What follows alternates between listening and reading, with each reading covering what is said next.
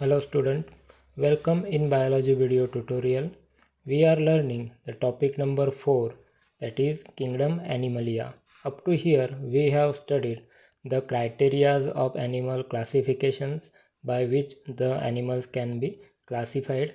Then we also have studied the phylum Porifera, Nidaria and the phylum Ctenophora. Now we are going to study the next phylum, that is the phylum Platyhelminthes.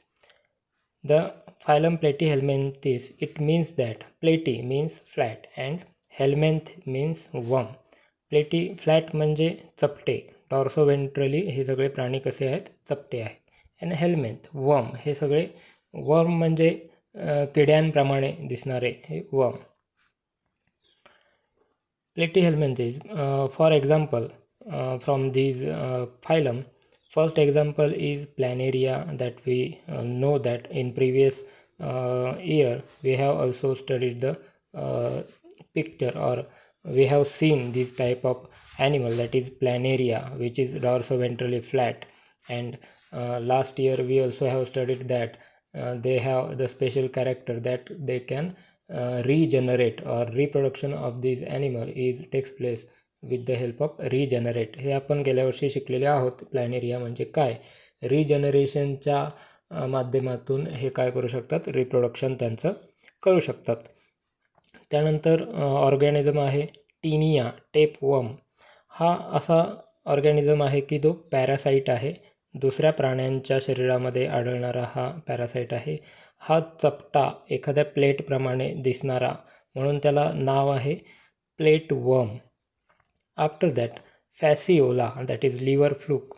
This is found in the liver of another organism, so it is also called as liver fluke. All these are flat in nature, so they are included in the Platyhelminthes. Their habit: endoparasite. Most of the organisms are endoparasite. Endo means inside and parasite means they are living in another host organism. ते दुसऱ्या एखाद्या सजीवाच्या आतमध्ये हे जगतात, म्हणून त्यांना endo parasite असं म्हणायचं. जर एक्टो पॅरासाइट असा शब्द असेल तर त्याला काय म्हणायचं, हा दुसऱ्या सजीवावरतीच जगतो परंतु त्या सजीवाच्या शरीराच्या बाहेरच्या बाजूला उपस्थित असतो, म्हणून त्याला एक्टो असं म्हटलं जातं. परंतु इथे तसं नाही आहे.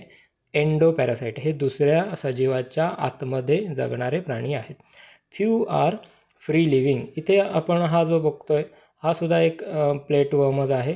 हा मात्र पाण्यामध्ये आढळणारा, फ्री लिव्हिंग करणारा ऑर्गॅनिझम आहे. Parasitic form shows the presence of hooks and suckers for the attachment of body of the host. हे जे दुसरा जो प्रकार खाली दिलेला आहे एक पिक्चरमध्ये, त्यामध्ये आपण बघू शकतो काही ह्या वर्म्सच्या एंड पोझिशनला काही हुक लाईक स्ट्रक्चर आपल्याला दिसतात. हे हुक लाईक स्ट्रक्चर कशासाठी असतात, तर त्यांच्या होस्टच्या आतमध्ये हे टिकून राहण्यासाठी, एखाद्या सबस्ट्रॅटमला होल्ड करण्यासाठी हे हुक लाईक स्ट्रक्चर त्यांच्यामध्ये प्रेझेंट असतात. Body of this animal is dorsoventrally flatten. Dorsal म्हणजे वरची बाजू, व्हेंट्रल म्हणजे खालची बाजू, दोन्ही बाजूने हे कसे असतात, डॉर्सोवेंट्रली फ्लॅटन म्हणजे चपटे असतात. Hence are called as flat worm, म्हणून त्यांना फ्लॅट वर्म असं सुद्धा म्हटलं जातं. Animals are acoelomate, triploblastic, showing organ system grade of organisation. हे सगळे असिलोमेट आहेत. त्यानंतर ट्रिप्लोब्लास्टिक आहेत. यांच्या एम्ब्रियॉनिक कंडिशनमध्ये असताना यांच्यावरती 3 लेयर्स असतात. त्याचबरोबर हे सगळे काय आहेत, organ system grade of organization दाखवणारे ऑर्गॅनिझम्स आहेत. म्हणजेच काय, या फायलममध्ये जे प्राणी आहेत त्यांच्यामध्ये ऑर्गन ग्रेड म्हणजे ऑर्गनपर्यंत उत्पत्ती झालेली आहे असं आपण म्हणू शकतो. उत्क्रांतीमध्ये जर ह्या सर्वांना प्लेस केलं तर हा एक पुढचा टप्पा आहे. मागच्या फायलममध्ये त्यांच्यामध्ये ऑर्गन सिस्टीम एकदम समवॉट काहीशी तयार झाली होती, परंतु इथे पूर्णपणे ऑर्गन सिस्टीम तयार झालेली आहे या फायलममध्ये. Body is covered by cuticle in parasite. जर पॅरासाइट ऑर्गॅनिझम असेल तर त्याची बॉडी क्युटिकलने कव्हर झालेली असते, म्हणजे त्याच्या बाहेरच्या सरफेसला क्युटिकल प्रेझेंट असतं. जर हा फ्री लिव्हिंग असेल, इट हॅज सिलिया. हा जर फ्री लिव्हिंग असेल तर त्याच्या शरीरावरती सिलियाज असतात की जे त्याला स्विमिंग करण्यासाठी किंवा लोकोमोशन करण्यासाठी सुद्धा मदत करू शकतात. Digestive system in these animal, it is incomplete, that is blind sac body plane in free living form. यामध्ये प्लॅनेरिया हा जो फ्री लिव्हिंग फॉर्म दिलेला आहे, यामध्ये आपण बघू शकतो की यांची जी डायजेस्टिव्ह सिस्टीम आहे, हा जो बाहेरच्या बाजूला आलेला पार्ट आहे याला फॅरेंक्स असं म्हटलं जातं, आणि गॅस्ट्रोवॅस्क्युलर कॅव्हिटी याच्या आतमध्ये आहे. ही जी आहे ही गॅस्ट्रोवॅस्क्युलर कॅव्हिटी आहे शरीरामध्ये, आणि त्याचं माउथ हे बाहेरच्या बाजूला एक्सटेंड झालेलं आहे.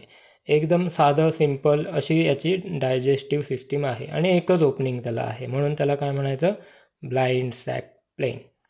एकच ओपनिंग जर असेल इंजेशन आणि इजेशन दोघांसाठी सुद्धा, तरी त्याला काय म्हणायचं, blind sac body plan. And generally absent in parasitic form. जर पॅरासायटिक फॉर्म असेल, जसं की टेपवर्म, आपण लास्ट स्लाईडमध्ये बघितलं, टेपवर्म पॅरासायटिक फॉर्म. पॅरासायटिक फॉर्ममध्ये असणाऱ्या ऑर्गॅनिझममध्ये डायजेस्टिव्ह सिस्टीम ही पूर्णपणे ॲबसेंटच आहेत. कारण का, तर ते रेडीमेड फूड मटेरियल जे डायजेस्ट झालेलं आहे ऑलरेडी, असं फूड मटेरियल ते स्वतः ॲब्सॉर्ब करून घेतात आणि त्यावरती ते जगत असतात, म्हणून त्यांच्यामध्ये डायजेस्टिव्ह सिस्टीम ही पूर्णपणे ॲबसेंट असते. एक्सक्रीशन म्हणजेच काय, नको असलेले पदार्थ शरीरामध्ये तयार झालेले परंतु ते नको आहेत असे पदार्थ बाहेर टाकणे, या क्रियेला एक्सक्रीशन असं म्हटलं जातं. To release of the unwanted material which are synthesize inside the body, that process is called as excretion. In these animals have phlegm cells or protonephridia for excretion and osmoregulation. यांच्या एक्सक्रेशनसाठी, नको असलेले पदार्थ बाहेर टाकण्यासाठी, यांच्यामध्ये ह्या आकृतीमध्ये आपल्याला दाखवलेलं आहे. इथे बघा, संपूर्ण शरीरात यांच्या पेरिफेरल रिजनवरती बाहेरच्या बाजूला काय आहेत, एक रो आहे, आणि ह्या रोमध्ये एक युनिट जर आपण एक्सटेंड केला, मोठा केला, तर तो युनिट कसा दिसतो, फ्लेम सेल, काही सिलियाज आहेत, त्यानंतर ट्यूब आहे आणि ट्यूब सेल आहे. तर हे जे मेकॅनिझम आहे, हे मेकॅनिझम काय मदत करतं, तर त्यांना नको असलेले पदार्थ जे नायट्रोजनस वेस्ट तयार होत असतात मेटाबॉलिझममध्ये, हे नायट्रोजनस वेस्ट शरीराबाहेर टाकण्यासाठी मदत करतात, आणि ह्या प्रोटोनेफ्रिडिया तसेच फ्लेम सेल ह्या दोघांमार्फत ही क्रिया होत असते. Reproduction. Animals are hermaphrodite, that means bisexual. Both the sexes, that are male and female, are present at the single organism. Hence, they are also called as hermaphrodite. Self-fertilization is seen in these kind of organism.